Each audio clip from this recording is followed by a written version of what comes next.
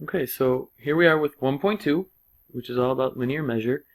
If you remember, we had a lot of terms in 1.1 already, and you should keep going back and reviewing those and make sure you're understanding them, not just what the words are, but what they mean, where they appear on a diagram. So we had the undefined terms were point, line, and plane.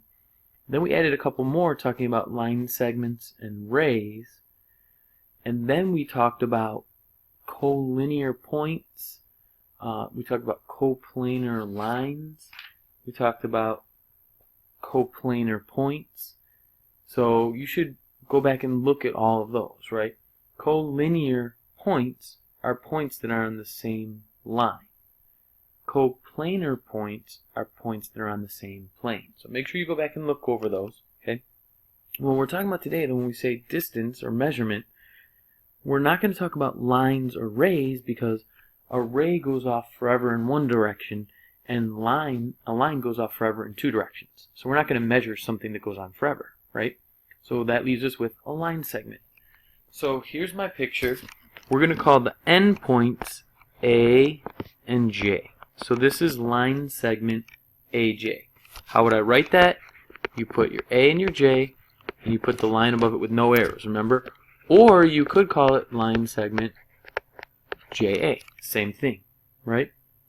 What we're talking about now is distance. So when we write this, notice how I'm putting AJ without a symbol above it. This over here with the line above it means the name of that segment. It means you would read it as line segment AJ. But when you just write the letters with no symbol above it, we read this as the length of AJ. What is the length of the segment AJ? So when we have no symbol used, we're not naming it line segment AJ. We're talking about the length of this segment. So how could we figure out what the length is? Well, look, let's say it's similar to a number line. Okay? What is the length of this? Well, you have to know what is the distance from -3 to 7. Well, what you're going to do is just subtract that. And you always need to end on a positive number. So I think the easiest way to do it is just do the bigger number minus the little number. So 7 minus -3, that's the same as 7 plus 3. That'll equal a distance of 10. If you were to go the other way and do -3 minus 7, you would get -10. But we can't have a negative distance, so we take the absolute value of this, and we would say 10. So you're going to get 10 either way. I just think it's easier to avoid the negative if you just do big minus little. Okay? So we say the length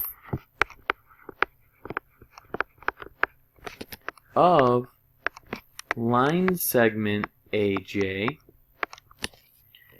is this notation, just AJ. And that is the distance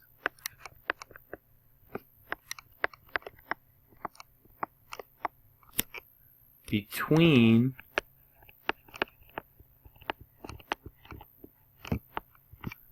points A and J. Well, doesn't that make sense? Shouldn't the length of the segment be the distance between the endpoints, right? Okay.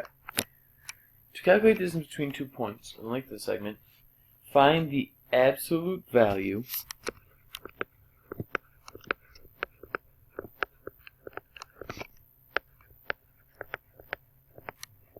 of the difference of the coordinates.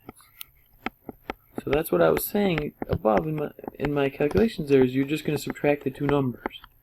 Now, the distance always has to be positive. So like I said, if you end up with a negative here, you got to make it positive. But I think the easier way to do it is just do big minus little. You'll always end up with positive, and you won't have to worry about any absolute values if that bothers you. Okay? So let's look at example 1. Find the distance between 2 points of the number line. What is the length of segment AB? Well, again, we're going to do 14 minus -3, which is 14, plus 3, which is 17. What some people do in this case is they forget this extra step here and they go 14 minus 3. Oh, that's 11. No, it's not. Write down the two endpoints. 14, put the subtraction, then look at the other endpoint. Now you'll get it right. But this right here is one of the things that people miss a lot on the first quiz. So maybe you want to put a star next to that or something. Okay? Now let's find the length of the other segment. So why don't you go ahead and pause it here, write down the lengths, then you can come back and check your answers with me. And there's your answers. Did you get them all right? If not, go back and check and identify what are the two numbers we're looking at and write it out like I did. For AR, for example, -2 and 4. 4 is bigger, so I go 4 minus -2, which is 4, plus 2, which is 6. Feel free to use a calculator to double check if that'll give you more peace of mind. Okay? So here's another term we're going to talk about. When 3 points lie on the same line, one of them is between the other two. Now let's draw a diagram. X is between Y and Z. Well, we know if we have Y and Z, we could make that into a line segment, right? So let's put Y here. Why not? Let's put Z here. And then we're supposed to do X is between Y and Z. So it has to be somewhere here. In other words, when you're talking about betweenness, when one point is between another, it has to be collinear. So I can't go up here and say, there's point X. Point X is in between Y and Z. No, it's not. In order for one point to be between two other points, they have to be collinear. They all have to be on the same line, or in this case, line segment. So what another thing we'll see, in addition, some people will try and go up here. Another mistake we'll see a lot of times is that people think that the word between automatically has to mean halfway through, at the middle, or at the midpoint, which we'll talk about later. So a lot of people will automatically put point X right here. You don't have to do that. All we're telling you in this sentence here is that X is somewhere between Y and Z. It's not necessarily in the middle. So let's just put it right here. In this diagram, X is in between Y and Z. Alright? So we're going to take this and use it for something called the segment addition postulate, which sounds way more complicated than it really is. So if you look here, a lot of people look at this and say, wow, this looks kind of confusing. If B is between A and C, then AC equals AB plus BC. What I want you to do is draw a line segment over here like I did, and I want you to just do this first part here that says if B is between A and C. So think about what that would mean. Which two have to be the endpoints? Where are the three going to be in location to the other? Go ahead and draw that. Take a couple seconds. Pause the video if you need to. So what the segment addition postulate up here is saying is if B is between A and C, well, let's draw that. B has to be on the same line as both A and C and in between them. So that means let's use A and C as our two endpoints of our segment. So it's segment AC or segment CA, and then B is in between them. This part here is saying if you have this diagram, AC equals AB plus BC. Well, what does this mean, right? This is called line segment AC. But what if it doesn't have the symbol? Do you remember up above what we said this means? This means the length of AC equals the length of AB plus the length of BC. Well, that just means this. Suppose I said this distance from A to B is 3, and the distance from B to C is 7. If here to here is 3 and here to here is 7, what's the length of the whole thing?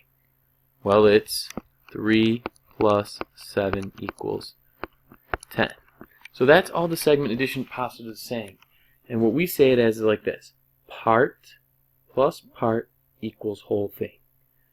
So if I said to you AB is 3 units long, BC is 7 units long, How long is AC? How long is the whole thing? You just add them. 3 plus 7. Now, let's try and draw this diagram. Do it piece by piece, see if you can figure it out, and label these points here with what this is saying. Again, pause the video. Take a few seconds. So here it is. Let's see if my picture is correct. F and G, these 2 points, are both between E and H. So E and H have to be outside F and G. They are. And then F has to be between E and G. Here's F, it's in between E and G. So my picture looks right. Just know that we could have switched H and E. And if we switched H and E, then we would also switch F and G. So this isn't the only correct setup. So that's linear measurement and betweenness. And then tomorrow we're going to pick up this again and try some more concrete examples with numbers. So make sure you understand this. See you later.